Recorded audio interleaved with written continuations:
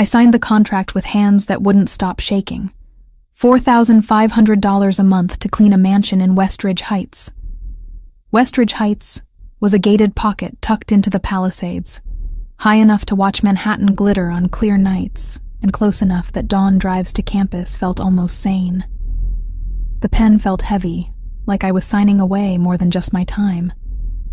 The woman across from me, Miss Castillo, watched with dark eyes that missed nothing. She was somewhere in her 50s, dressed in a charcoal suit that screamed old money and older secrets. Her silver-streaked hair pulled back so tight it must have hurt. "You understand the terms, Miss Reed?" Her accent wrapped around each word with careful precision. "Discretion is paramount in this household. What you see, what you hear, stays within these walls." I nodded, thinking of the hospital bills stacked on my kitchen counter. $180,000. That's what cancer treatment cost, when insurance decided your mother wasn't worth saving. That's what I still owed, even though she'd been dead for 6 months. "I understand." "Good. You'll start Monday. 7 in the morning, sharp." That had been 2 weeks ago. 2 weeks of polishing marble floors that reflected my anxious face back at me. 2 weeks of dusting artwork worth more than I'd earn in a lifetime. 2 weeks of trying to be invisible in a house where cameras watched from every corner and men with guns stood at every entrance. The mansion itself was beautiful in a cold, untouchable way. 3 stories of stone and glass, surrounded by grounds that seemed to stretch forever. Inside, everything gleamed. Dark wood furniture, leather sofas that probably cost as much as a car, floor-to-ceiling windows that looked out over manicured gardens, and, beyond them, the city spread out like a carpet of lights. I'd met the owner exactly twice. Matteo Ricchetti, 34 years old, which Ms. Castillo had mentioned when showing me around, like his age mattered for my job. He was the kind of handsome that made you nervous rather than comfortable. Tall, broad-shouldered, with black hair and eyes so dark they looked black too. A thin scar traced along his jaw on the right side, the kind of mark that came from a blade, not an accident. The first time we'd met, he'd looked at me for exactly 3 seconds. That was all. 3 seconds where those eyes assessed me like I was a chess piece he was deciding whether to keep or discard. Then he'd nodded once and left the room. The second time, I'd been cleaning his study. He'd walked in while I was dusting the bookshelves, startling me so badly I'd nearly dropped the leather-bound volume in my hands. It was in a language I didn't recognize. Everything about him was quiet, controlled. He moved like water, silent and inevitable. "Miss Reed." His voice was lower than I expected, with an accent that softened some words and sharpened others. "Mr. Ricchetti, I'm sorry. I didn't realize you needed the study. I can come back later. Finish your work."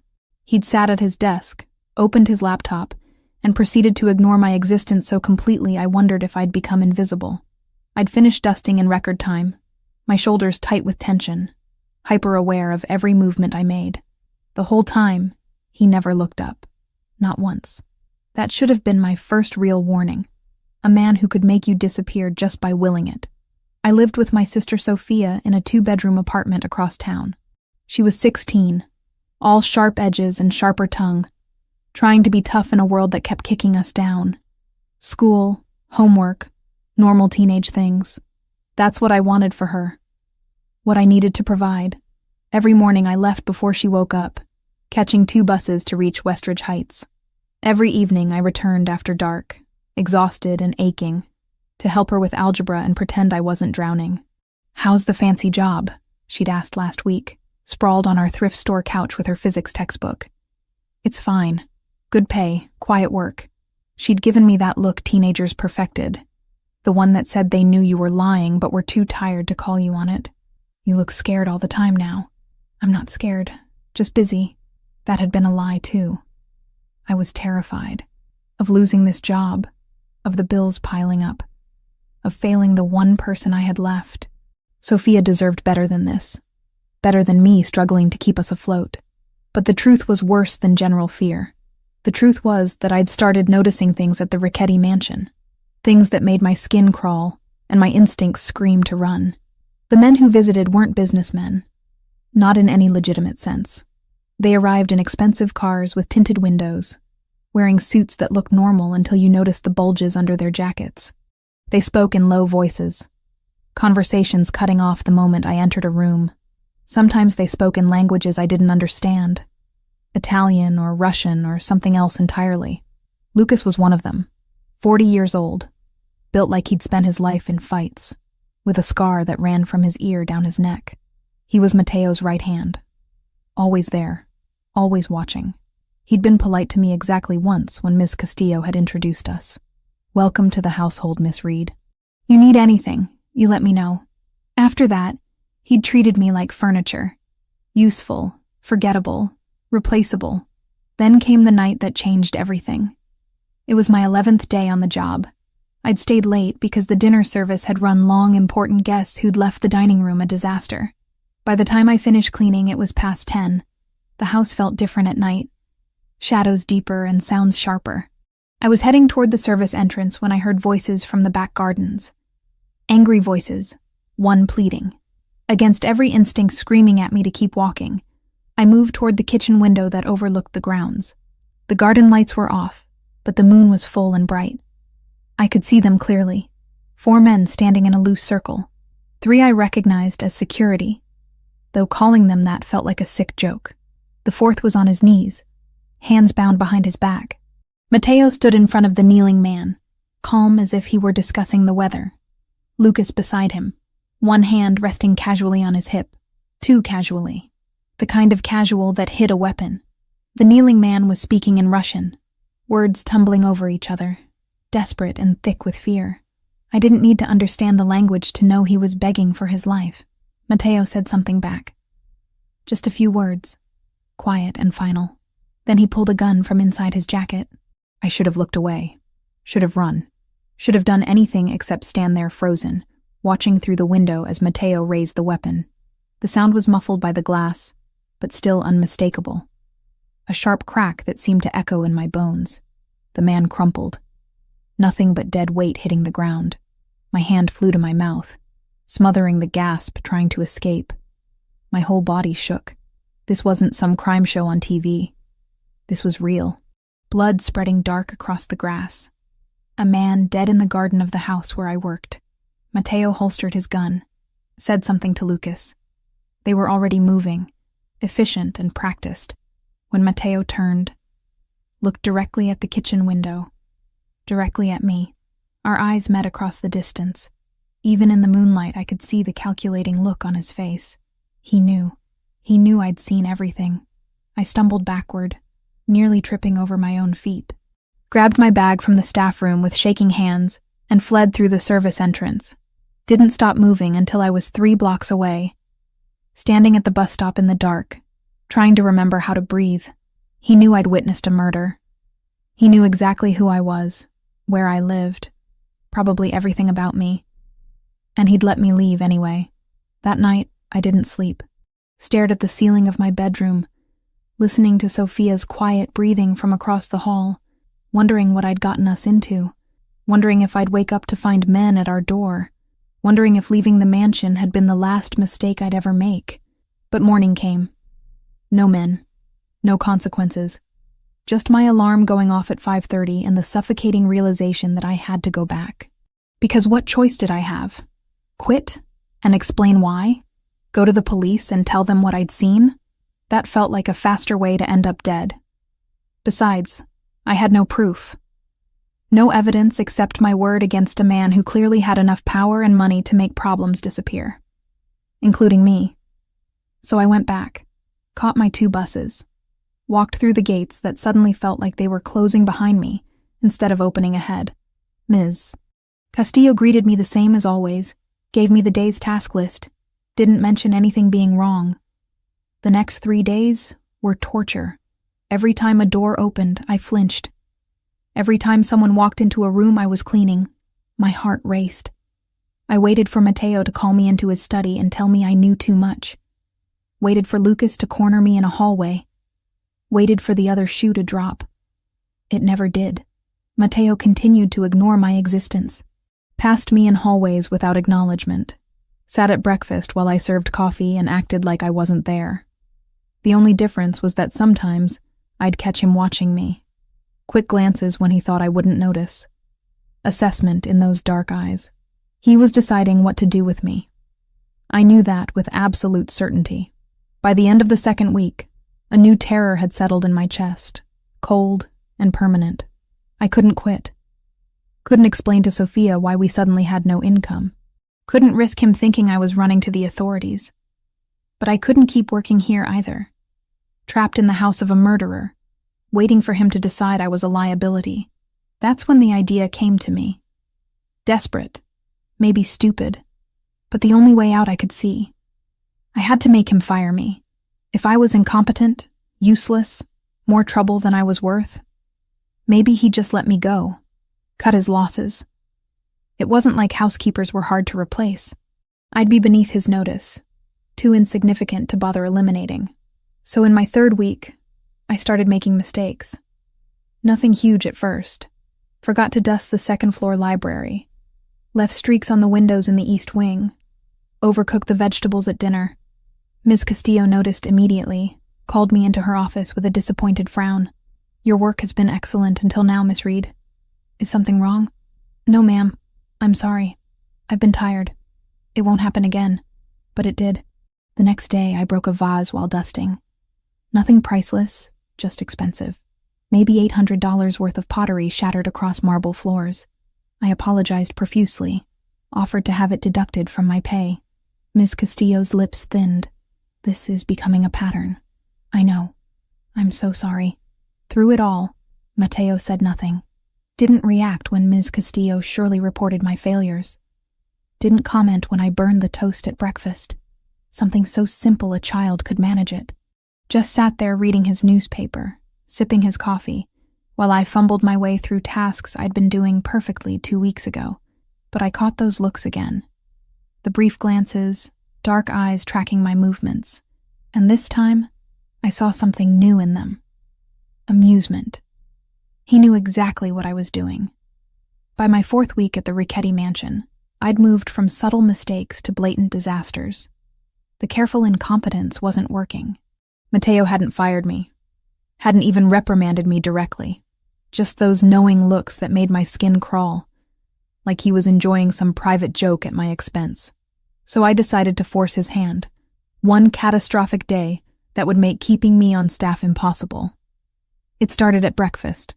Mateo sat at the head of the dining table with 3 associates, all dressed in dark suits that probably cost more than my car. They were deep in conversation, switching between English and Italian, voices low and serious.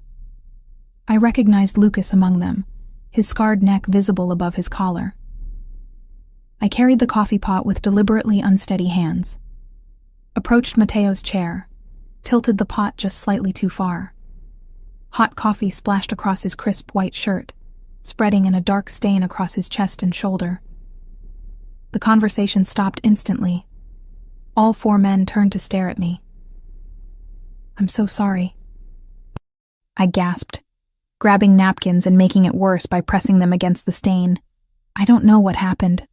I'm so clumsy today." Mateo caught my wrist. His grip was firm but didn't hurt, his dark eyes meeting mine with an expression I couldn't read. For 3 heartbeats, nobody moved. Then he released me. "It's fine, Miss Reed." His voice was calm, almost gentle. "Accidents happen." He stood, excused himself to change, and left the room without another word. The other men watched him go, then returned to their conversation like nothing had occurred. Lucas glanced at me once, something almost like pity crossing his face before he looked away. Ms. Castillo found me in the kitchen 10 minutes later, her expression stormy. "That shirt was custom-made Italian silk. Do you understand what you've done?" "Yes, ma'am. I'm sorry. It won't happen again." It better not. But she didn't fire me. Didn't even threaten to. Just turned on her heel and left. 2 hours later, I executed phase 2. Mateo needed to leave for an important meeting downtown. I'd overheard him telling Lucas it couldn't be delayed. The black SUV sat in the circular driveway, engine running, driver waiting. I'd been tasked with retrieving Mateo's briefcase from his study. Instead, I palmed the spare keys from the kitchen key rack. Walked to the SUV while the driver was distracted talking to security. Reached through the open window, pressed the lock button, and let the keys fall to the floor inside. The click of the locks engaging was the sweetest sound I'd ever heard. Mateo appeared 5 minutes later, briefcase in hand, ready to leave. The driver tried the door. Locked. Tried the other doors. All locked. The keys visible through the window, mocking us. Who locked the vehicle? The driver's face had gone pale. I think I did. I stepped forward, wringing my hands. I was cleaning the interior earlier and must have hit the button by accident when I got out. I'm so sorry. I didn't realize. Mateo stood perfectly still, watching me. That same calculating look, like he was solving an equation in his head. Then he pulled out his phone, made a call, and arranged for another car. The whole time, his eyes never left my face. 30-minute delay now. Lucas muttered to him. I'm aware. They left in a different vehicle. I waited for the axe to fall, for Ms. Castillo to storm out and fire me on the spot. But the afternoon passed in tense silence.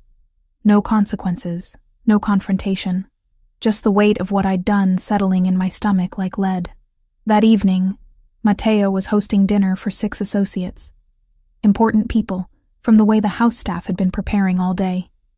I'd been assigned to help serve. The dining room gleamed. Crystal glasses caught the chandelier light, sending rainbows across the white tablecloth. The first course went smoothly. The second course? Fine. Then came dessert. I'd spent an hour that afternoon in the kitchen, helping prepare the elaborate chocolate torte, when the chef stepped away to check on something. I switched the containers of sugar and salt. Simple. Devastating. The first guest to taste it made a face, setting down his fork immediately. The second did the same. By the third, everyone had stopped eating, confusion and disgust rippling around the table. Is something wrong with the dessert? Ms. Castillo appeared from nowhere, her professional mask slipping into alarm. One of the guests, a heavy-set man with a thick accent, pushed his plate away. This is inedible. What kind of establishment are you running here? Mateo tasted his own serving. Set down his fork with deliberate care. His jaw tightened, the only sign of anger. But when he looked up at me, something dark and knowing flickered in his eyes. My apologies, gentlemen. Kitchen error. We'll have fresh dessert sent up from the bakery in town. Please have more wine while we wait. He stood, gestured to me. Miss Reed, a word in my study. Now. My heart dropped into my shoes. This was it. I'd finally pushed too far. I followed him down the hallway, acutely aware of Lucas trailing behind us like a shadow. The study door closed behind us with a soft click that sounded like a cell locking. Outside, storm clouds had been gathering all day. Now rain began to fall, light at first, then building to a downpour that hammered against the windows. I'd left several upstairs windows open earlier, deliberately creating more work and chaos. Now my clothes were damp from running around trying to close them all, hair sticking to my face, probably looking as desperate as I felt. Mateo moved to the window, standing with his back to me, hands in his pockets. On his desk sat a crystal tumbler of amber liquid. Scotch, probably. The kind that cost more than my weekly salary. Do you think I'm stupid, Miss Reed? The question hung in the air like a blade. I opened my mouth, closed it. What could I possibly say? He turned to face me. In the dim light of the study, with lightning flashing behind him, he looked dangerous. Not in the way he'd looked in the garden with a gun in his hand. This was different. More controlled. More terrifying. The vase you broke 3 days ago. He continued, his voice soft and deadly. You have a degree in veterinary science, which requires steady hands and precision. Yet suddenly you're clumsy with a simple ceramic vase. I said nothing. The burned toast, the forgotten dusting, the streaked windows, all within days of each other after 2 weeks of flawless work. He took a step closer. This morning's coffee incident. Interesting timing right as we were discussing sensitive business. The locked car. We were already running late for a meeting that cost me a significant deal because of the delay. Another step. I backed up until the desk pressed against my spine. And tonight's dessert. His voice dropped even lower. Salt instead of sugar. Such a simple mistake for someone who's been cooking for herself, and a younger sister for years. He knew about Sophia. Of course he knew. He probably knew everything. I can explain. Don't insult my intelligence with lies. He was close enough now that I could smell his cologne. Something expensive and woodsy. You've been trying to get fired. Systematically. Desperately. The question is why. Thunder rolled overhead. Rain lashed the windows. I was trapped between his body and the desk, with nowhere to run and no more lies left. You saw something. It wasn't a question. 2 weeks ago. The gardens. You witnessed something that scared you badly enough to sabotage your own employment rather than simply quit. My breath came short and fast. He knew. Of course he knew. He'd seen me at the window that night. I don't want any trouble, I whispered. I just want to leave. Forget everything. Pretend I never saw anything. And you think I can allow that? He tilted his head, studying me like I was a puzzle he was solving. You think I can let you walk out of here with knowledge that could destroy everything I've built? Either you're very naive or very desperate. Both, I admitted. Because what did it matter now? I'm both. I need this job. I need the money. But I can't work here knowing what I know. So I tried to make you fire me. That way, it's not my choice. It's not suspicious. I just couldn't do the job. That's all. Clever. He reached past me, picked up the tumbler of scotch, took a slow sip. Foolish, but clever. You understand the situation you're in, yes? You're a witness to something that never happened. That body was found 3 towns over, the victim of a gang dispute. Official police reports will confirm this. But you could complicate things. Make noise. Draw attention. I won't. The words rushed out. I swear. I'll never tell anyone. I'll forget I ever saw anything. Forgive me if I don't trust your word alone. He set down the glass. Here's what's going to happen, Miss Reed. You're going to stop these ridiculous attempts at self-sabotage. You're going to work here properly for the next year minimum. In exchange, I'm going to do something for you. I stared at him, confused. You have medical debt. $180,000 from your mother's cancer treatment. Collections agencies have been calling you weekly. You're 2 months behind on rent for that apartment you share with your 16-year-old sister, Sophia. She goes to Lincoln High School, walks home every day at 3:15, stops at the corner store for a soda and candy twice a week. My blood turned to ice. He knew where Sophia went to school, knew her schedule. Don't. My voice cracked. Please. She has nothing to do with this, which is why nothing will happen to her. His tone softened slightly. I'm not a monster, Hannah. I don't hurt children, but I need you to understand the stakes here. You stay. You work. You keep your mouth shut. In exchange, those medical debts disappear. Completely. Paid in full within the week. Your rent gets current. Your salary increases to $6,500 a month. Sophia gets extra security walking to and from school, whether she notices it or not. I couldn't breathe, couldn't think. Why would you do that? Because it's cheaper than eliminating a problem. He said it so casually, like he was discussing the weather. Because loyalty bought is often more reliable than loyalty coerced. And because despite your attempt to sabotage yourself, you're actually quite good at your job when you're not actively trying to fail at it. He moved away, giving me space to breathe again. Returned to the window, watching the storm. $180,000 in debt. Gone. Stable income. Your sister safe and provided for. All you have to do is clean my house and forget you ever looked out a window on a Tuesday night. He glanced back at me. Seems like a fair trade. It wasn't a trade. It was a cage. A beautiful, well-paid cage, but still a cage. And he'd just told me he knew exactly where my sister was at any given time. If I refuse, then you leave tonight with nothing. The debt remains. Sophia remains vulnerable.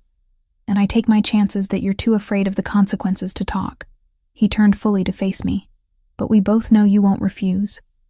You came here desperate for money to protect your sister. That hasn't changed. The only difference now is that I'm offering you more than you could have hoped for. He was right. I hated that he was right. One more thing. His voice dropped to something dark and final. If you betray my trust, if you speak to anyone about what you've seen or what you know, the consequences won't fall on you. Do you understand what I'm saying? Sophia. He was talking about Sophia. Tears burned behind my eyes, but I refused to let them fall. I understand. Good. Then we have an agreement. He picked up a folder from his desk, handed it to me. Inside were documents, bank transfers, everything he'd promised. Your debts will be cleared by Friday. The salary increase starts Monday. Welcome to the family, Hannah Reed. The way he said it made family sound like a life sentence. I took the folder with shaking hands, nodded, and fled the study. Ran through the rain to the service entrance, got to my car, and sat there in the dark with the folder on my lap. I'd tried to escape. Instead, I'd bound myself tighter than before. The arrangement changed everything, and nothing at all. My debts vanished within 3 days, exactly as Mateo promised. $180,000, gone like they'd never existed. My bank account showed the increased salary. Sophia's school added extra security without her knowledge. A black sedan that followed her route home from a distance. I kept my end of the bargain, worked efficiently, kept my mouth shut, pretended the night in the garden had never happened. But working efficiently meant being present, visible, and Mateo noticed. Week 5 started with him intercepting me in the hallway outside his study. I'd been carrying fresh linens to the guest suites, my arms full of Egyptian cotton that probably cost more per sheet than my old monthly rent. Miss Reed. A moment. I stopped, turned, waited. He stood in the doorway of his study, sleeves rolled to his elbows, tie loosened. It was late afternoon, golden light slanting through the windows behind him. How is your sister adjusting to the new school year? The question caught me off guard. She's fine. Thank you for asking. 16 is a difficult age, especially without parents. Something in his tone made me look at him more carefully. Not pity exactly. Understanding, maybe. We manage. I'm sure you do. He paused, like he was deciding whether to say more. If she needs anything. Tutoring, supplies, college planning, let me know. That's not necessary. Consider it an investment in employee retention. But the way he said it, almost gentle, didn't match the cold business logic of the words. I nodded, unsure how to respond, and continued down the hallway. Behind me, I heard his study door close with a soft click. That became the pattern. Small conversations, never longer than a few minutes. Always when no one else was around. He'd ask about Sophia's classes, about my veterinary studies that I'd abandoned, about books I'd read, never about the night in the garden, never about the arrangement between us. I answered briefly, politely, keeping walls firmly in place, but I started noticing things. The way he treated the household staff with respect, never raising his voice or making demands. How he paid everyone above market rate, provided health insurance, gave Christmas bonuses that were actually substantial. Ms. Castillo ran the house, but it was Mateo who'd established the culture of dignity for the people who worked for him. I found receipts in his study once while cleaning.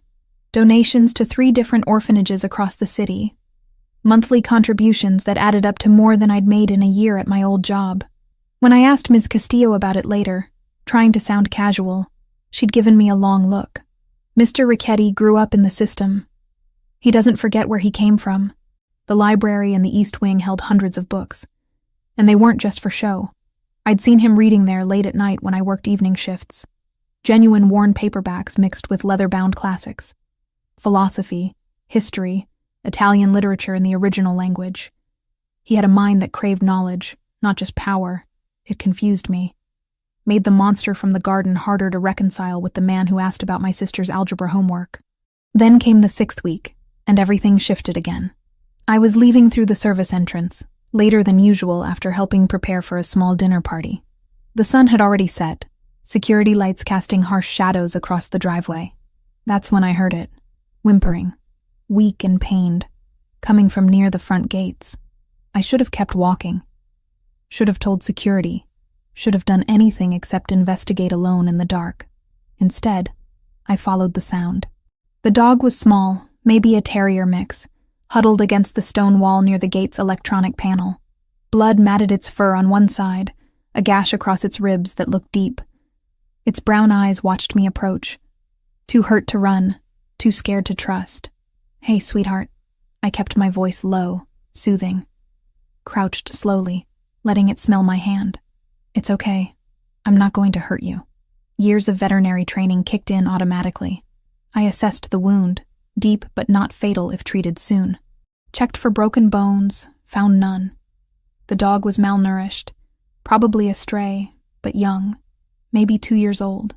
I didn't think. Just scooped the dog carefully into my arms, mindful of its injuries, and carried it toward the house. It whimpered but didn't struggle, like it knew I was trying to help. Security tried to stop me at the door. "Miss Reed, you can't bring that inside. It's injured. It needs help." I pushed past them, heading for the kitchen where I knew there was a first aid kit. My shirt was already soaked with blood, the dog trembling against my chest. I was halfway through cleaning the wound when Mateo appeared in the kitchen doorway. He didn't say anything, just watched as I worked, my hands steady despite my racing heart, talking to the dog in a low voice while I disinfected the gash and applied butterfly bandages to close it. Not perfect, but it would hold until I could get the animal to a real vet. "You're good at that." His voice made me jump. I'd almost forgotten he was there. I was studying to be a veterinarian. Before my mother got sick, before the bills, before everything fell apart. I remember. Of course he did. He knew everything about me. The dog had calmed under my hands, the worst of the crisis past. It looked up at me with those trusting brown eyes, tail giving a weak wag. It needs proper veterinary care. Antibiotics, stitches probably. I can take it to a clinic tomorrow. Keep it here. I looked up at him, surprised. "What?" "The dog. Keep it here. I'll have Lucas arrange for a vet to come to the property tomorrow morning. Set up a space in the mudroom for now." He moved closer, studying the animal with genuine interest. "What will you call it?" I hadn't thought that far ahead. "Dodger. Because it probably dodged death tonight." The corner of his mouth lifted slightly. Not quite a smile, but close. "Appropriate. I'll have supplies delivered as well. Food, bed, toys. Whatever it needs." "You don't have to." "I want to." He met my eyes directly. "You came alive just now. Actually passionate about something for the first time since you started working here. That's worth keeping around." Heat crept up my neck. I looked back at the dog to avoid his gaze.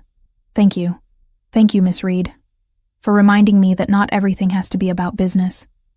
He left before I could respond, already pulling out his phone to make arrangements.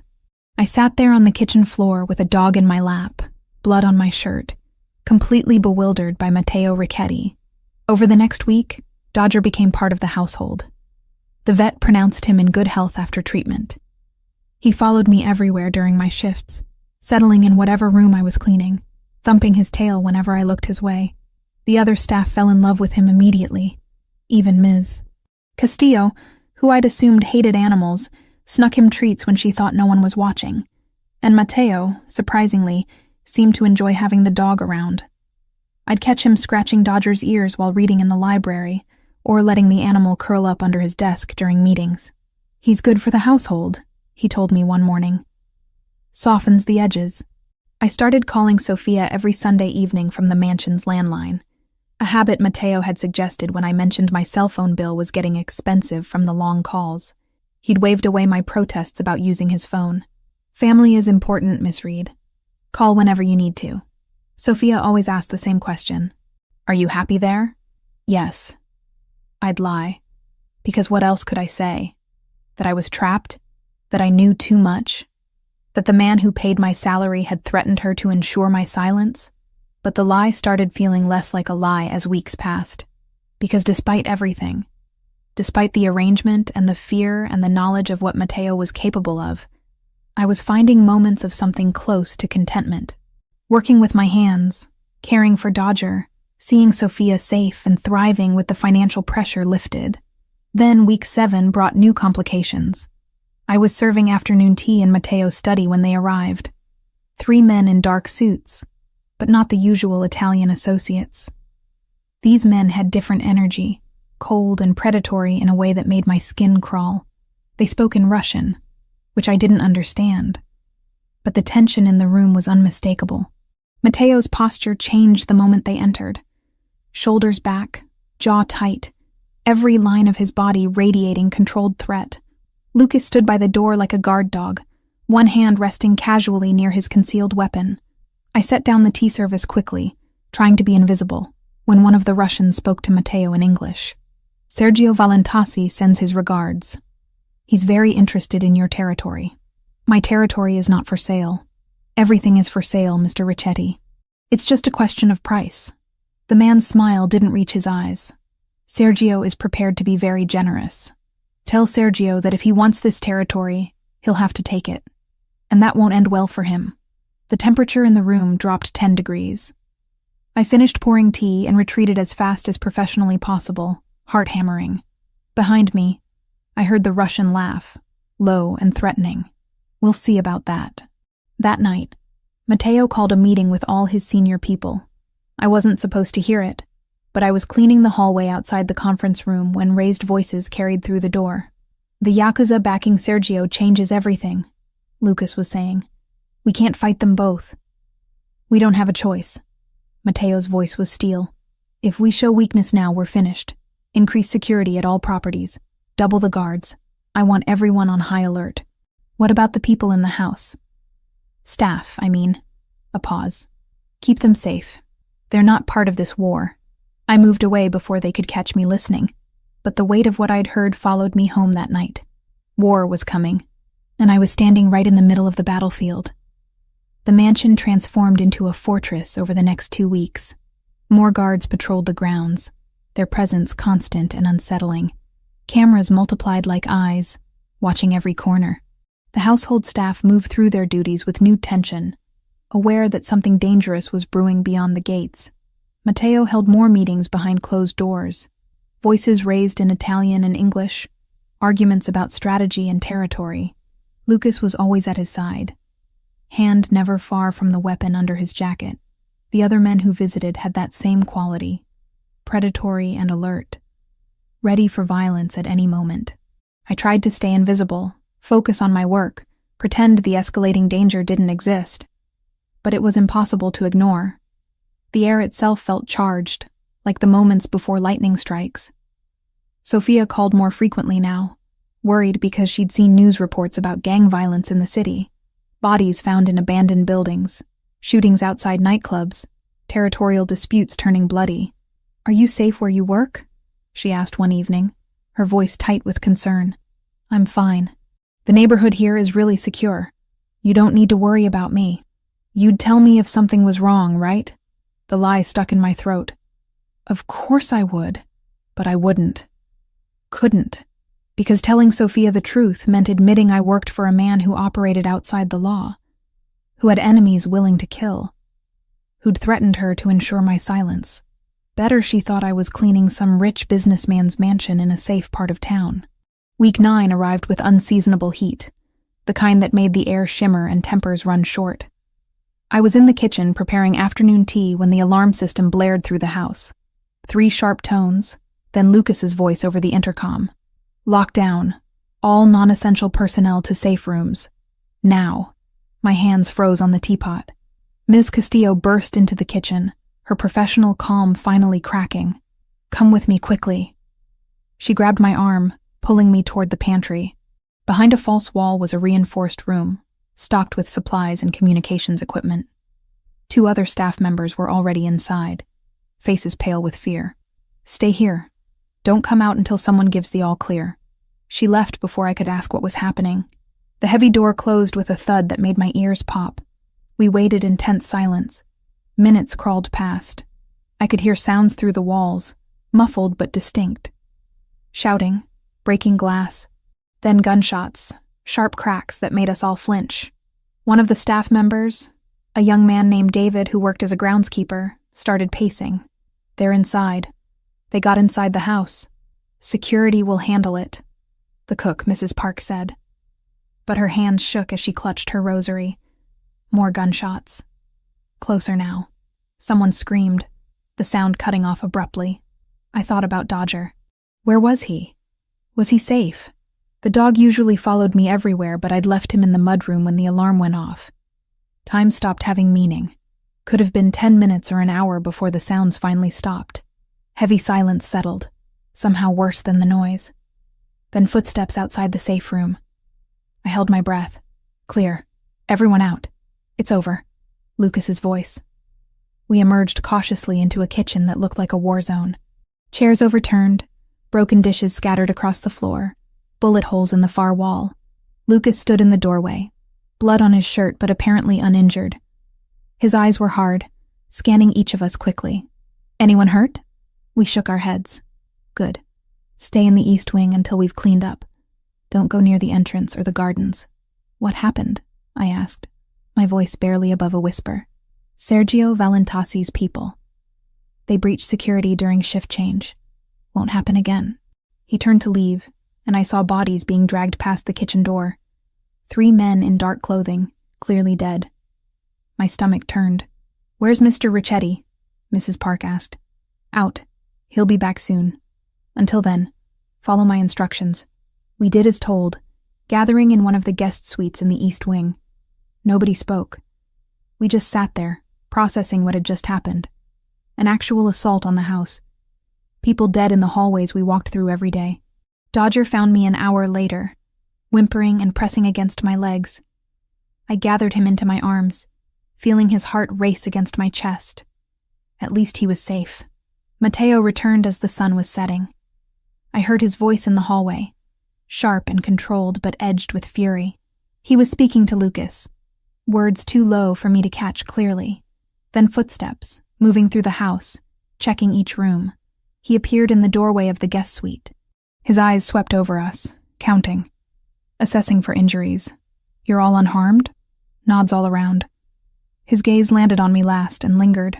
Something passed across his face, too quick to identify. Relief, maybe. Or anger that I'd been put in danger. Miss Reed, a word. I followed him into the hallway, Dodger trailing behind. We walked in silence to his study. That familiar space that had become the site of so many turning points in my time here. He poured himself a drink, downed it in one swallow, poured another. His hand shook slightly, the only sign of how close things had been. They came for me, he said finally.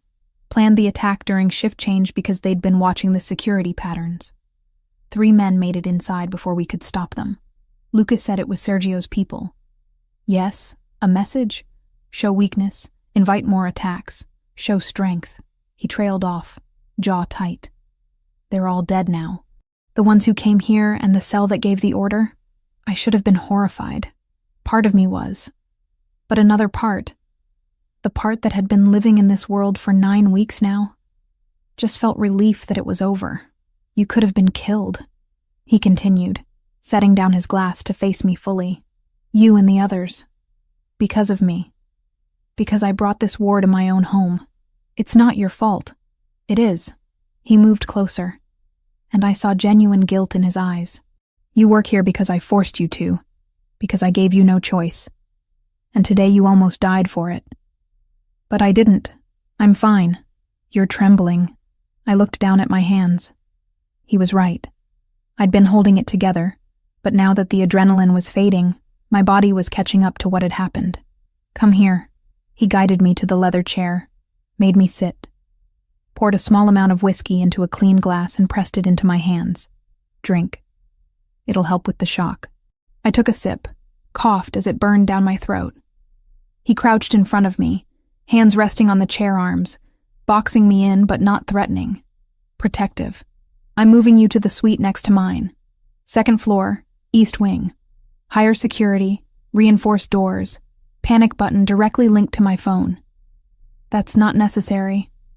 It is. I won't risk this again. His voice dropped lower. I can't. The way he said it made my breath catch. This wasn't about strategy or protecting an asset. This was personal. Hannah. He rarely used my first name. It always made me pay attention. Look at me. I met his eyes. Dark and intense, searching my face for something.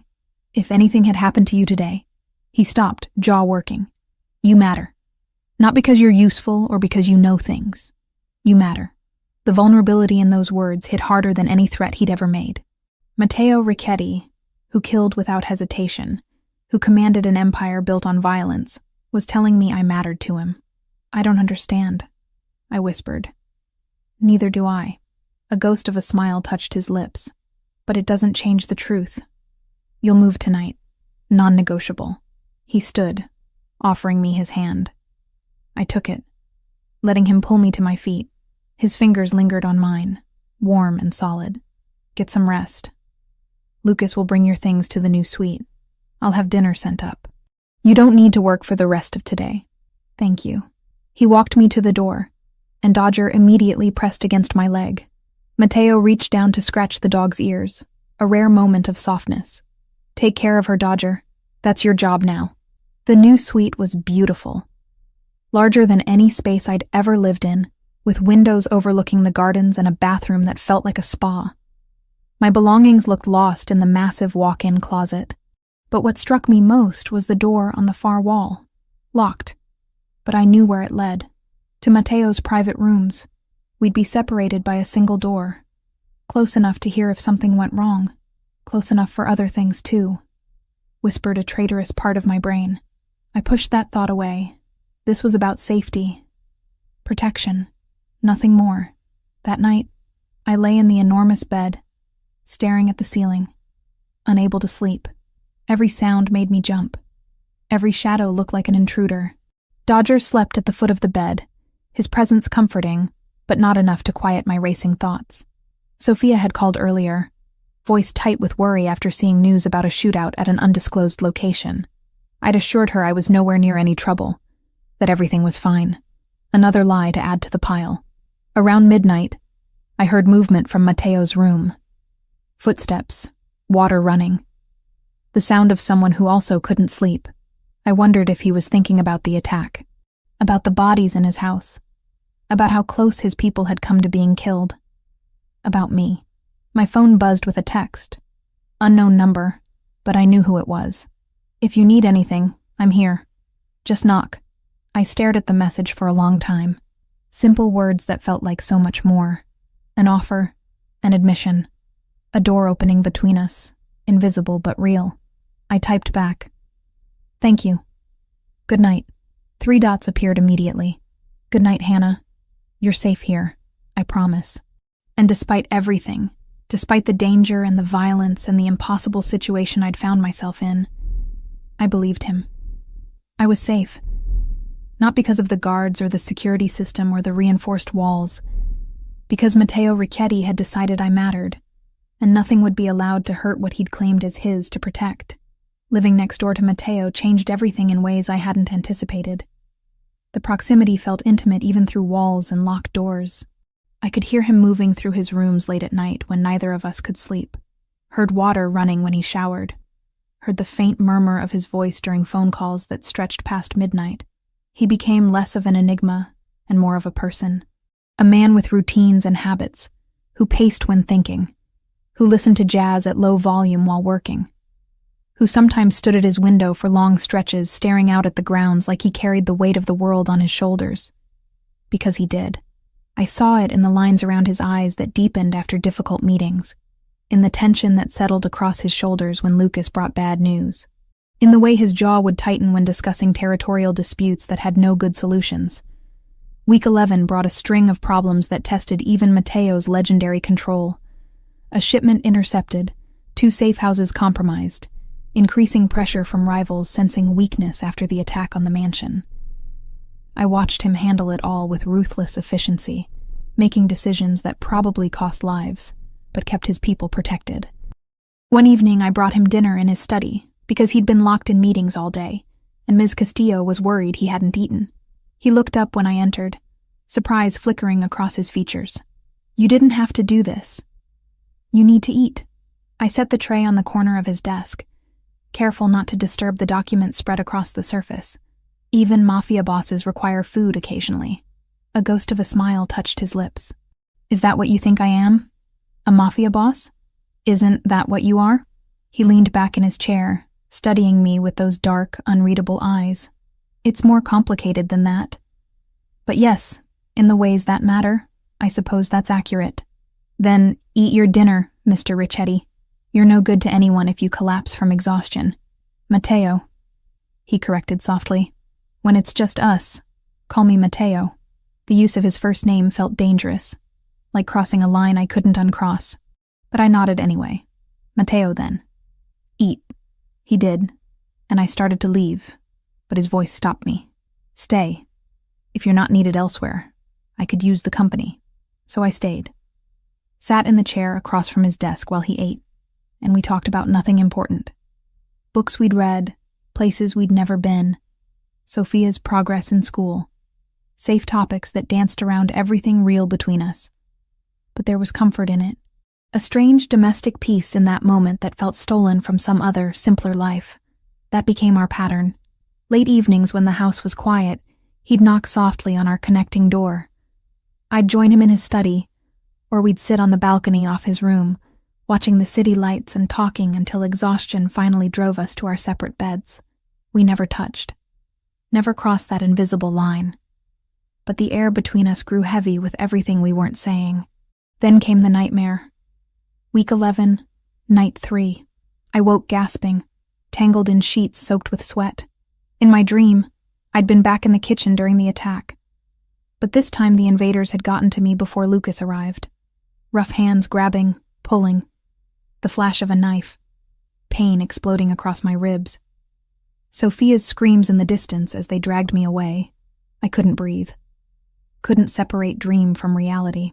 My hands frantically checked my body for wounds that didn't exist, but the phantom pain felt real. Too real. The connecting door burst open. Matteo appeared with a gun in his hand, face hard and alert. He scanned the room in seconds, weapon trained on empty shadows, before his gaze locked on me huddled in bed. Hannah. He lowered the gun, set it carefully on the dresser. What happened? Nightmare. My voice came out broken. Just a nightmare. I'm sorry. I didn't mean to wake you. Don't apologize. He moved to the bed, sat on the edge carefully. The attack. You were dreaming about the attack. I nodded, still shaking. Dodger had jumped up beside me, pressing his warm body against mine. But even that wasn't enough to stop the tremors. Matteo reached out slowly, giving me time to pull away. When I didn't, his hand settled on my shoulder, warm and grounding. You're safe. They're gone. I made sure of it. I know. Logically, I know. But in the dream, I trailed off, unable to articulate the terror that still clung to me like a second skin. The mind doesn't always listen to logic. His thumb moved in small circles against my shoulder, the touch soothing. I still have nightmares about my father's death. 22 years later, and sometimes I wake up certain I'm still 12 years old, watching him bleed out on our kitchen floor. The confession shocked me into stillness. Matteo never spoke about his past. Not really. Just vague allusions to difficult beginnings. You were there when it happened? I found him after school. 2 bullets to the chest, 1 to the head. Professional hit, they said. Revenge for some deal gone wrong. His voice stayed steady, but his eyes darkened with old pain. I sat with him until he stopped breathing, held his hand while his blood soaked into my uniform. Matteo. I didn't know what to say. What words could possibly address that kind of trauma? My Uncle Giuseppe took me in afterward. He was the one who introduced me to this life. Said I had a gift for strategy and violence. By 16, I was running collections. By 20, I'd earned my first kill. He looked at me directly. That's who I am, Hannah. That's the path I walked to get here. Built on loss and blood and choices I can't undo. Why are you telling me this? Because I want you to know. To understand that I'm not just the man who threatened you, or the one who pays your salary. I'm also the 12-year-old boy who lost everything and decided to become powerful enough that nothing could hurt me again. I reached up, covered his hand with mine. I lost my parents too. Sophia was 11, terrified and grieving. And suddenly I was responsible for everything. Had to drop out of veterinary school, take 3 jobs, figure out how to be parent and sibling and provider all at once. You were too young for that burden. So were you, for yours. Something passed between us in that moment. Recognition. Understanding. 2 people shaped by loss, doing whatever necessary to protect what remained. I'm afraid, I admitted quietly, not just of the danger or the violence. I'm afraid of this.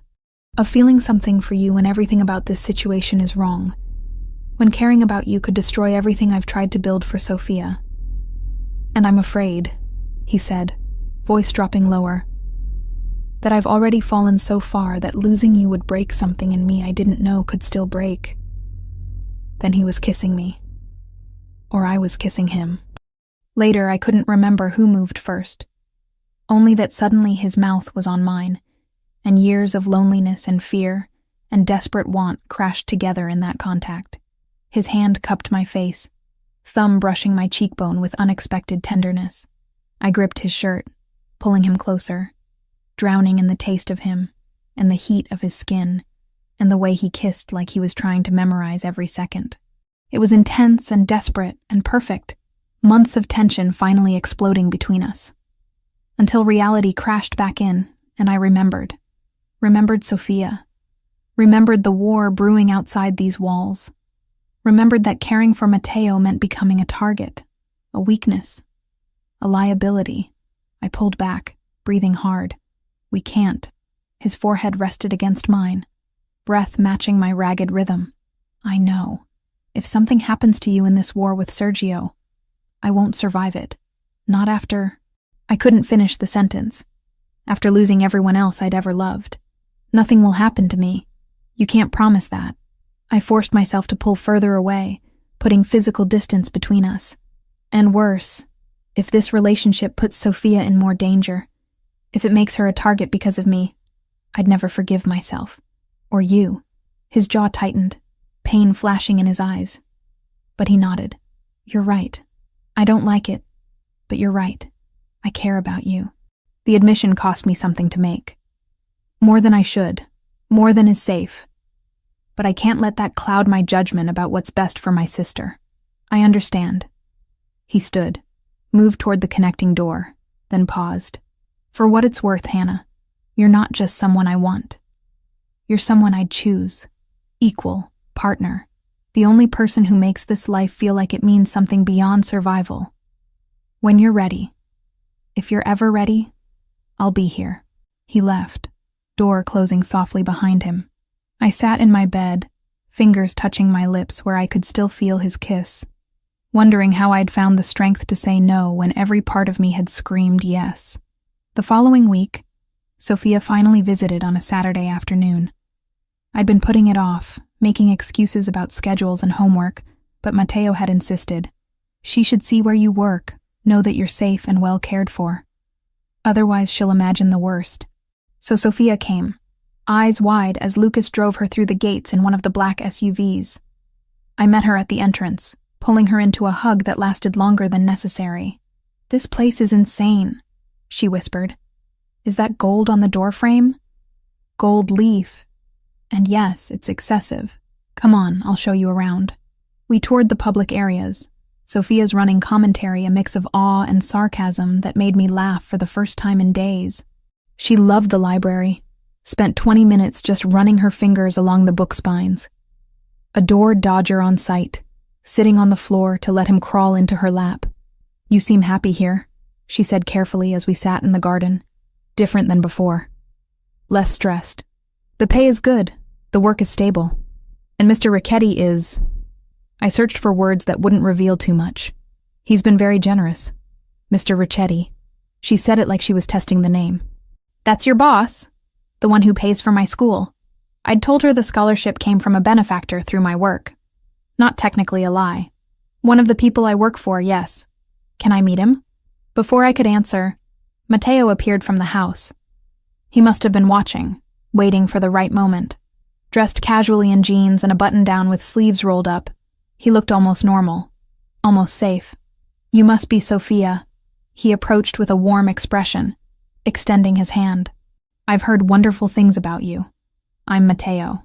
Sophia shook his hand, studying him with the same assessing look she gave everyone. Protective of me, always.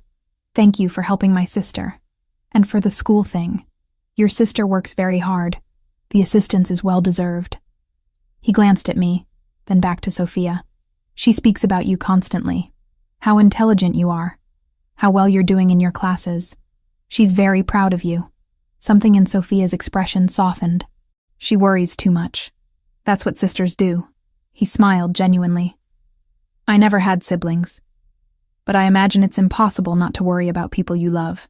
They talked for another 10 minutes, about school and her interest in engineering and whether she'd applied to any summer programs yet. Matteo was charming without being overbearing, respectful without being distant. He treated her like an intelligent young adult rather than a child, and I could see Sophia responding to that, her initial wariness melting into tentative liking. When she went inside to use the bathroom, Matteo turned to me. "She's remarkable. You've done an incredible job with her. She did most of the work herself. I just tried not to screw it up too badly. Hannah." He waited until I met his eyes. "About what I said that first night. The threat regarding Sophia. I need you to know that was me trying to control a situation through fear. It's what I know, what I'm good at. But I would never, under any circumstances, harm her. Even if you betrayed me tomorrow, even if you went to the police, even if you destroyed everything I've built, she would remain untouched. You have my word." The apology was so unexpected, so genuine, that I felt tears prick my eyes. "Thank you. That means more than you know. She's innocent, a child." That line is one I don't cross, Hannah, not ever. When Sophia emerged, she gave me a meaningful look. "He's hot, just saying." "Sophia?" "What? I'm 16, not blind." She grinned. "But also, he's nice. I like him. As your boss, I mean. He seems to really care about the people who work for him." We spent another hour at the mansion before Lucas drove Sophia home. I watched the SUV disappear down the driveway, a strange ache in my chest. That night, Matteo knocked on our connecting door. When I opened it, he leaned against the frame. "She gave me her approval, in case you were wondering." "How did you know?" "She told me before leaving. Said you deserved someone who treated you right, and that I seemed like I might be capable of that. Then she threatened very seriously to make my life hell if I hurt you." I laughed despite myself. "That sounds like Sophia. I promised her I would try my best not to hurt you, though I suspect I already have, in many ways. You saved us too. The debts, the security, the opportunity. It's complicated, but it's not all bad." He studied my face for a long moment. "One day this war will be over. Sergio will be dealt with, the territory secured, things will stabilize. When that day comes, if you're willing, I'd like to try this properly. Court you like you deserve. Not boss and employee, not captor and captive, just Matteo and Hannah. Would you give me that chance?" My heart hammered against my ribs. This was a promise, a commitment to something beyond our current circumstance. "Ask me again when the war is over. When Sophia is safe and you're not sleeping with a gun under your pillow. Ask me then, and we'll see." He smiled, slow and genuine. "That's not a no. It's not a yes either, but it's hope. I'll take it." He left me standing there, watching him retreat to his room, wondering how I'd gone from wanting to be fired to hoping for a future with the most dangerous man I'd ever met. The call came at 2 a.m. I heard Matteo's phone ring through the wall, heard his voice go cold and hard, then silence, heavy, ominous silence. 5 minutes later, he knocked on our connecting door. When I opened it, his face told me everything had changed. "Sergio has Lucas's second-in-command, Antonio. They're demanding I meet them at the old warehouse district tomorrow night." State and federal investigators cycled through with counsel present, questions clipped and professional. Nobody grand stood, nobody threatened me. They were building a case, not a spectacle. My stomach dropped. "It's a trap, obviously."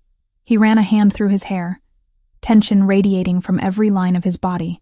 "But if I don't go, they'll execute Antonio on camera and send it to every family in the region. Show that I abandon my people. It'll start a feeding frenzy. Every rival thinking I'm weak, vulnerable. So you're going to walk into an ambush. I'm going prepared. Lucas is assembling the team now. We'll have contingencies, backup plans, escape routes." His jaw tightened. "But yes, there's a strong chance I won't come back from this." The words hit me like a physical blow. I'd been living in denial, pretending the danger existed somewhere distant. abstract.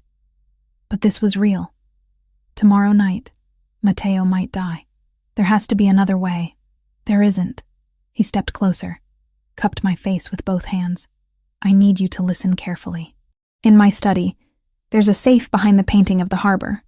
The code is Sophia's birthday.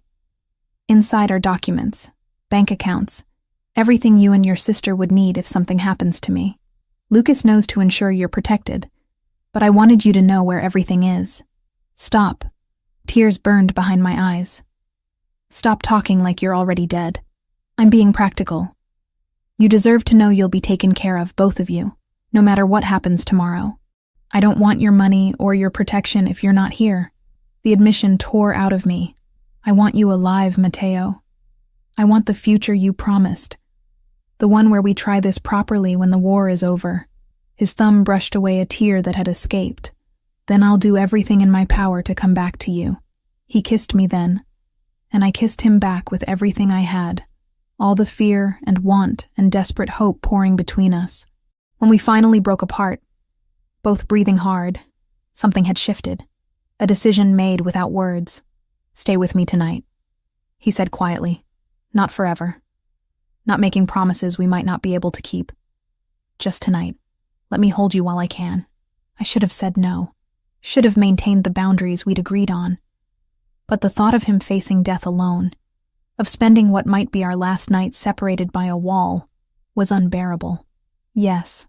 His room was larger than mine, darker, dominated by a massive bed and windows overlooking the grounds. He locked the door behind us, a habitual security measure, then turned to face me. If you want to change your mind, I kissed him to shut him up, pouring 3 months of tension and longing into it. His arms came around me immediately, pulling me close, and suddenly we were stumbling toward the bed, frantic and tender, desperate and careful, making love like we were trying to memorize each other against the possibility of never having this chance again. Afterward, we lay tangled together, my head on his chest, his heartbeat steady under my ear. His fingers traced patterns on my shoulder blade, while I traced the scars on his ribs. Tell me something, I whispered. Something true that you've never told anyone. He was quiet for so long I thought he wouldn't answer. Then, I'm tired. So deeply tired of the violence and the strategy, and having to be ruthless every moment of every day. Sometimes I imagine what it would be like to just be Matteo.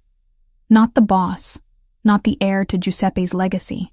Just a man who reads books and cares about the woman in his bed and doesn't have to calculate the consequences of showing weakness. You could be. When this is over, step back, let someone else lead. It doesn't work that way. I can make things better for the people who depend on me. More humane, less cruel, but I can never fully walk away, not without risking everything I've built, everyone I'm responsible for. His arm tightened around me. But with you, in moments like this, I get to remember who I might have been in a different life. I lifted my head to look at him. Promise me you'll be smart tomorrow. Not brave, not heroic, just smart and careful and focused on survival. I promise. He kissed my forehead, my nose, my lips. I have too much to come home to now. We made love again as dawn approached, slower this time, savoring every touch and kiss. When I finally drifted into uneasy sleep, wrapped in his arms, I tried not to think about how this might be the last time. Morning came too fast. Matteo left the bed quietly, dressed in the dark, tried not to wake me. But I was already awake, had been for the past hour, listening to his breathing and praying to a God I wasn't sure I believed in. Be safe, I whispered. Always. A lie, but a beautiful one.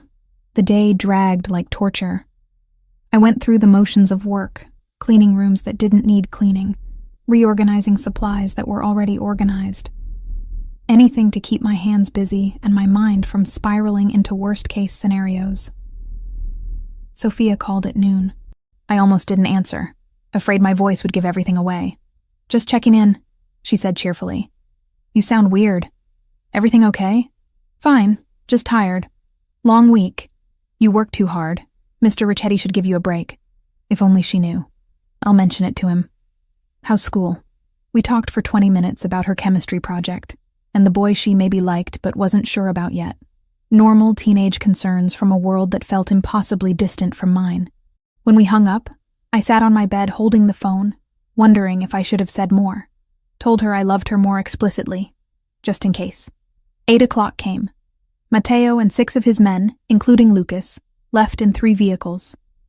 I watched from my window as the convoy disappeared down the driveway, red taillights vanishing into darkness.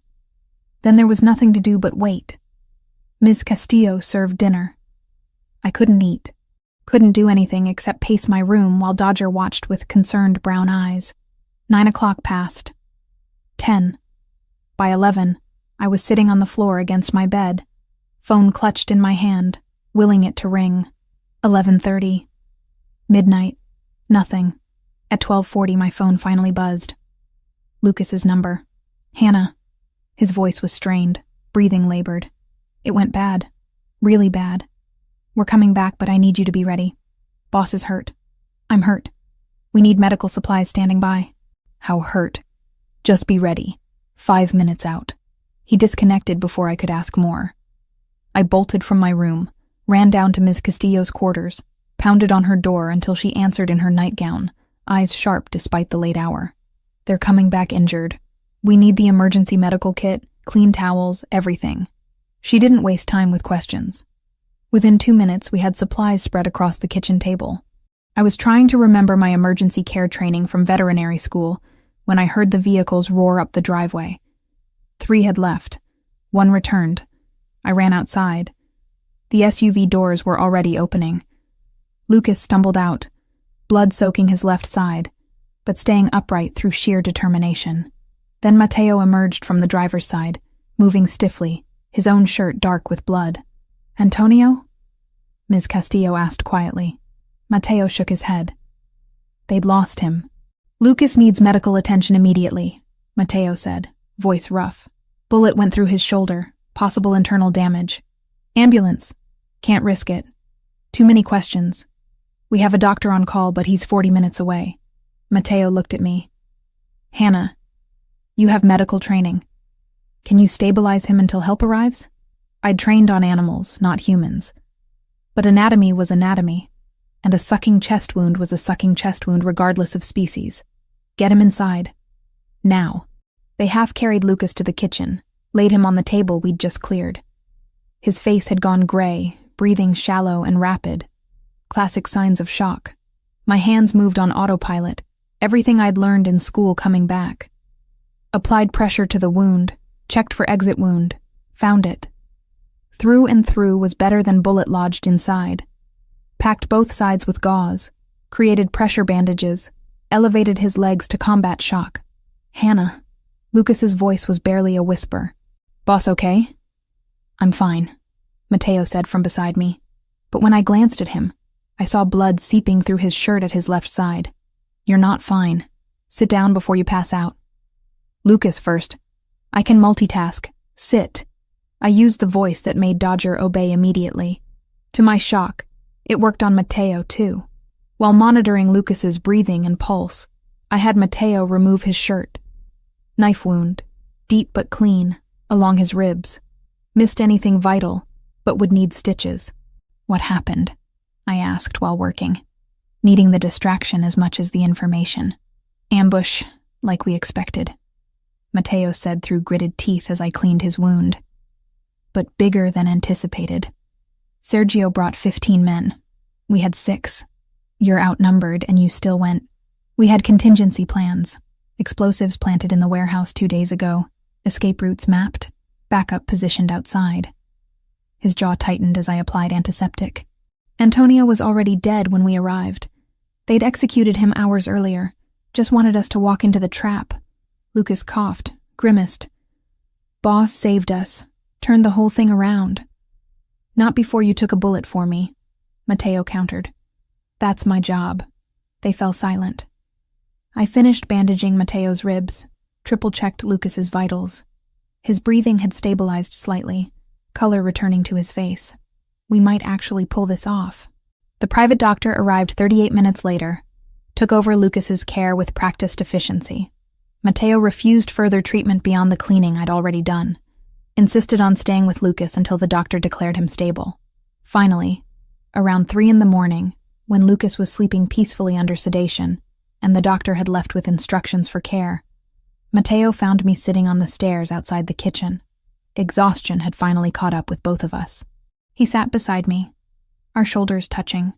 "You saved his life tonight. The doctor said another 10 minutes and he would have bled out internally. I did what anyone with training would have done." "No." He turned to face me. "You stayed calm under pressure. Used skills you learned for animals on a human without hesitation. Put aside fear to do what needed to be done." His hand found mine. "You're remarkable, Hannah Reed. You came back." My voice broke. "You actually came back." "I promised you I would." I leaned against him, too tired for barriers or pretense. "What happened to Sergio?" "Dead, along with most of his people. The ones who survived are being questioned, but I don't expect them to know much. Sergio was always paranoid about information security." He paused. "It's over. The territorial dispute, the war, all of it. We won. At what cost?" "Too high. Always too high." He stood, offered me his hand. "Come on, we both need sleep." I let him lead me upstairs to his room. We collapsed onto the bed, fully clothed, too exhausted for anything except holding each other while the adrenaline finally faded. "Ask me again," I whispered into the darkness, "about trying this properly." His arms tightened around me. "When you're ready. When we've both had time to process everything that happened tonight. When it's not just adrenaline and relief talking. I'm ready now. Ask me tomorrow. If you still feel the same way after a full night's sleep and the crisis has passed, then I'll know it's real." "Fair enough." I closed my eyes, listening to his heartbeat, and let myself believe in tomorrow. Morning light filtered through the curtains, softer than it had any right to be after such a brutal night. I woke tangled with Matteo, his arm heavy across my waist, his breathing deep and steady. For a moment I just watched him sleep. The lines of tension that usually marked his face had smoothed, making him look younger, almost peaceful. Then reality crashed back. Lucas recovering downstairs. 3 men dead. Sergio eliminated along with most of his organization. The war was over, but the cost had been staggering. Matteo's eyes opened, finding mine immediately. "You're still here. Where else would I be? I thought maybe you'd wake up and realize last night was a mistake. That sleeping with your boss who happens to run a criminal empire probably wasn't your best decision." I traced the bandage covering his ribs, careful not to press too hard. "My best decisions don't seem to work out well for me. Maybe it's time I tried something different." Over the next week, the mansion settled into a strange new normal. Lucas recovered steadily, grumbling about being bedridden, but following doctor's orders when I threatened to tell Matteo he was being difficult. Federal agents came and went, asking questions about the warehouse incident. Matteo handled them with practiced ease, his lawyer present for every conversation, giving nothing away. The territorial disputes evaporated overnight. Sergio's death had created a power vacuum, but Matteo moved quickly to fill it, absorbing resources and establishing clear boundaries with neighboring families. No one wanted another war. Everyone was tired of the bloodshed. 8 days after the ambush, Matteo found me in the library. I'd been cataloging his collection, a project I'd started out of boredom and continued because I actually enjoyed it. Dodger slept at my feet, content in the afternoon sunlight. "Walk with me," Matteo said. Not a command, just an invitation.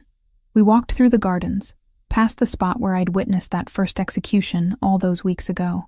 The memory still made my stomach clench, but it felt distant now, like something that had happened to a different Hannah in a different life.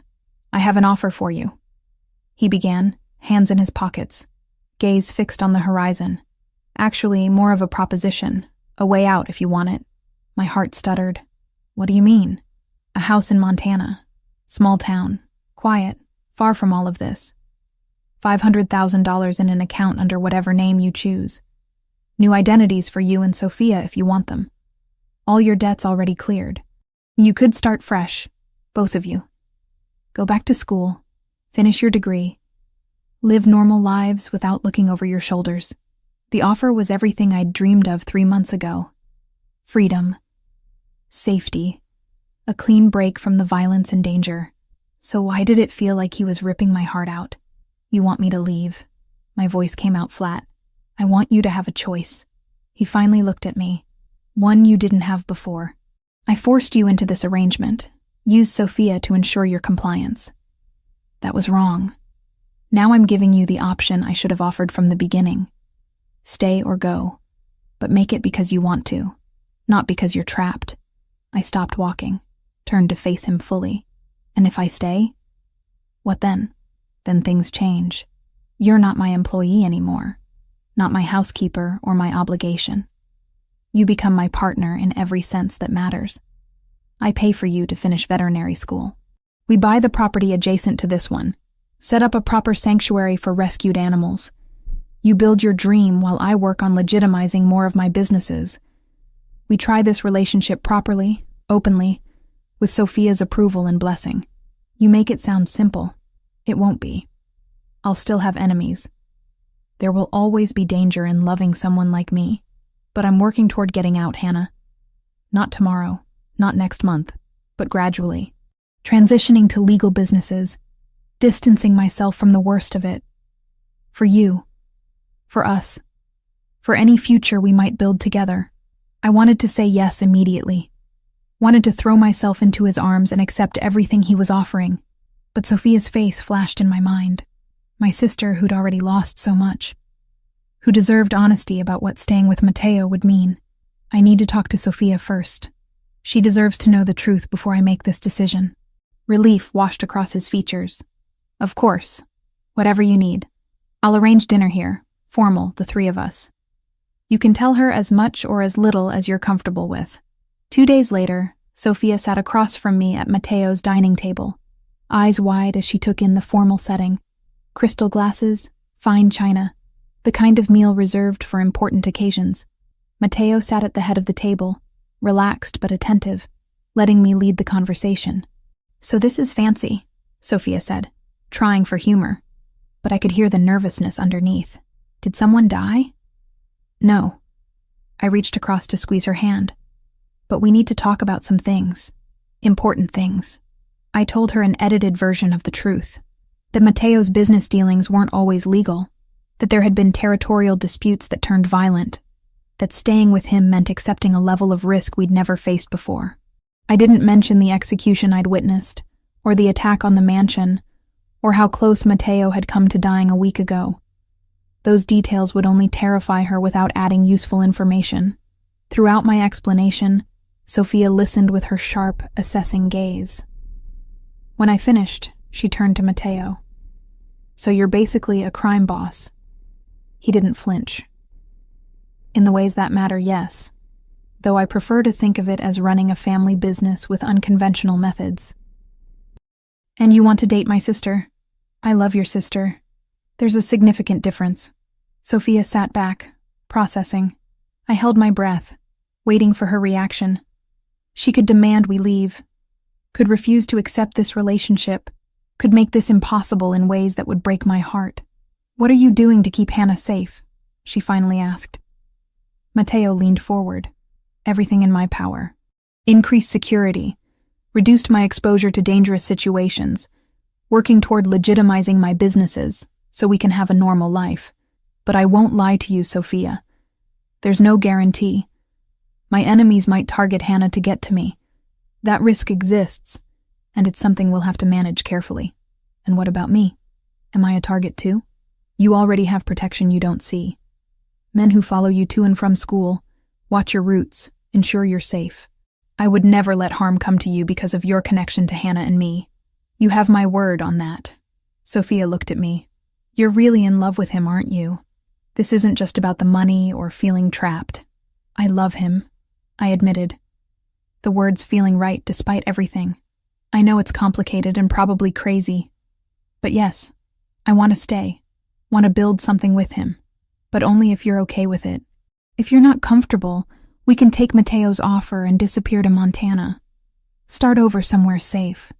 And you'd resent me forever for making you give this up. No, Hannah. She cut me off gently. You've been taking care of me since I was 11. Making sacrifices, working yourself to exhaustion, giving up your dreams so I could have mine. I see you now, with him. And you're different, lighter, happy in a way I haven't seen since before Mom and Dad died. She turned back to Matteo. If you hurt her, I will make it my life's mission to destroy you. I don't care how powerful you are or how many people you have. I'll find a way. Matteo's lips quirked. I believe you would. And for what it's worth, I have no intention of hurting her. She's the best thing that's happened to me in longer than I care to admit. Good. Sophia picked up her fork, apparently satisfied. Then I guess you're stuck with both of us. Fair warning, I'm planning to go to MIT for engineering, and that's not cheap. The tension broke as Matteo laughed, genuine and warm. I think we can manage that. That night, after Sophia had gone home with promises to visit next weekend, I found Matteo on his balcony. He pulled me against his chest, arms wrapping around my waist. So, that's it then, he said softly. You're staying. I'm staying. Partner, not employee. Equal in this relationship, even if our bank accounts never match. Partners, he agreed, which means you get a say in decisions, including this one. He reached into his pocket, pulled out a folder. Applications for veterinary programs. Columbia, Cornell, University of Pennsylvania. All within driving distance. All with excellent reputations. Pick whichever one you want, and I'll make sure you get in. I took the folder, emotion clogging my throat. You already contacted them? Made some calls, yes. Turns out having resources and connections can be useful for things beyond criminal enterprises. His hand cupped my face. I meant what I said, Hannah. I want you to have your dream. The career you sacrificed for Sophia. The life you deserved to have before everything fell apart. Let me give that back to you. I kissed him instead of answering, pouring 3 months of fear and hope and desperate love into it. When we finally broke apart, both breathing hard, he rested his forehead against mine. One more thing, he murmured. The property adjacent to this one. I bought it yesterday.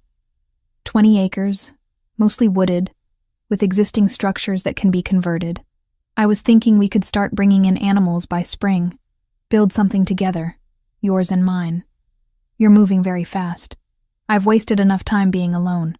Now that I have you, I'm not interested in taking things slow. His thumb traced my cheekbone. Unless you want slow. Tell me what you need, and I'll give it to you. What I needed was this.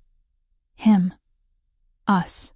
The impossible future we were building together despite every logical reason to walk away. I need you to kiss me again. He did.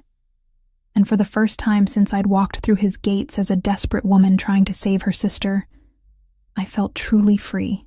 Free to choose, free to love, free to build something beautiful from the ashes of violence and fear.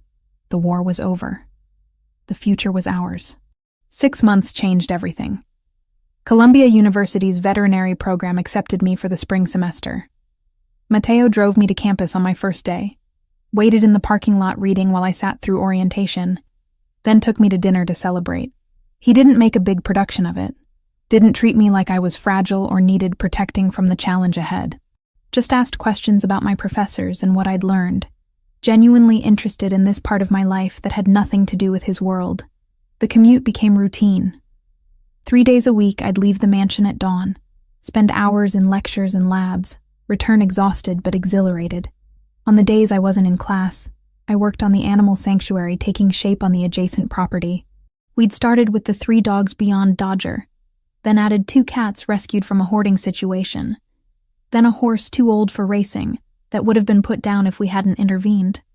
Matteo hired contractors to convert the existing barn into proper kennels and stalls, installed climate control and medical facilities that rivaled some actual veterinary clinics. When I protested the expense, he just kissed my forehead and said, "Consider it an investment in your future practice." Lucas recovered fully by week 21, exactly as the doctor predicted. The bullet had done damage but nothing permanent, and he approached physical therapy with the same grim determination he applied to everything else. By the time he was cleared for duty, something had shifted in him. He was still Matteo's right hand, still handled security and sensitive operations, but he'd also appointed himself unofficial guardian of Sophia and me. You saved my life, he told me one afternoon while helping repair a fence on the sanctuary property. That means something in my world. Means I owe you a debt I can never fully repay. But I can make sure nothing ever happens to you or your sister. You don't owe me anything.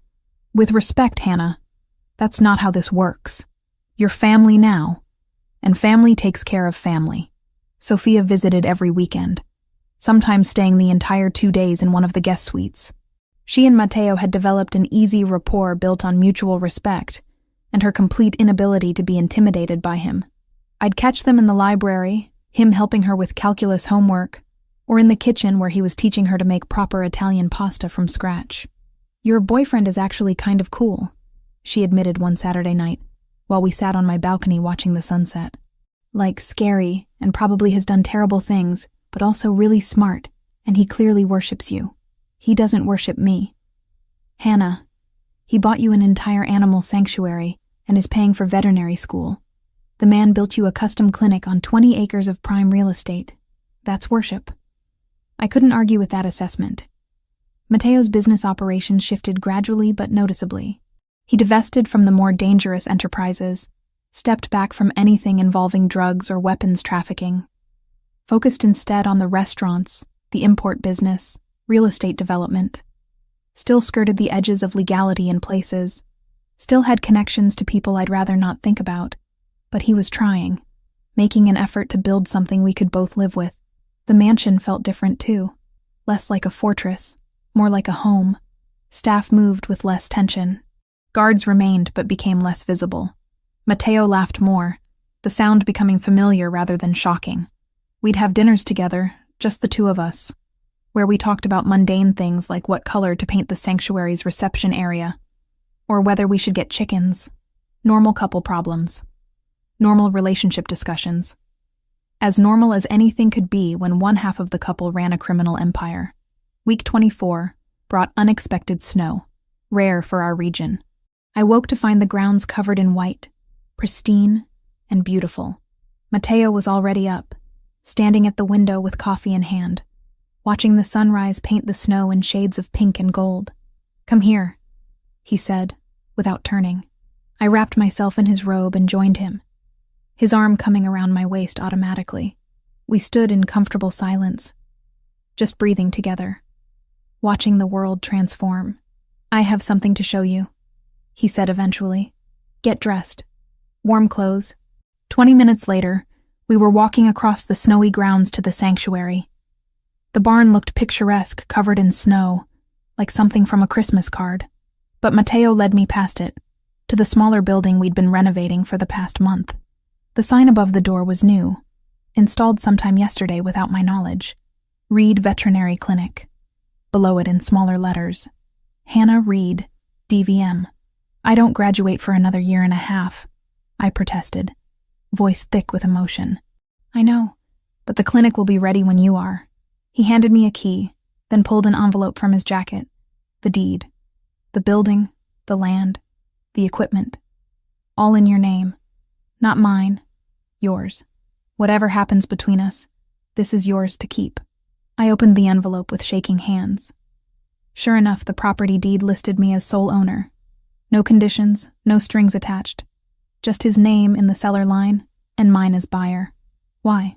Because you deserve something that's entirely yours, that you built with your own hands and your own dreams. He turned me to face him, hands gentle on my shoulders. I forced you into this life initially. Gave you no choice about staying. This is me giving you that choice now. Every single day. You have your own career, your own property, your own income once you start practicing. If you ever want to leave, you can, and you'll have everything you need to thrive without me. Tears froze on my cheeks in the cold air. You're trying to make it easier for me to walk away? I'm trying to make sure you stay because you want to, not because you need to. There's a difference, Hannah. A crucial one.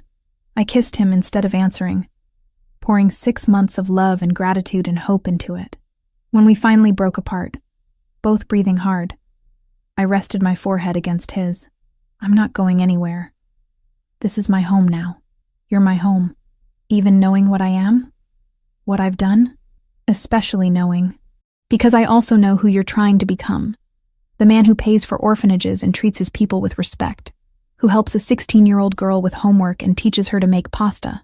Who built an entire sanctuary because his girlfriend loves animals. I pulled back to meet his eyes. I see all of you, Matteo. The darkness and the light. And I choose all of it. His smile was genuine, reaching his eyes in a way that still felt like a gift every time. Then I have one more question to ask you. He pulled another envelope from his jacket, this one smaller.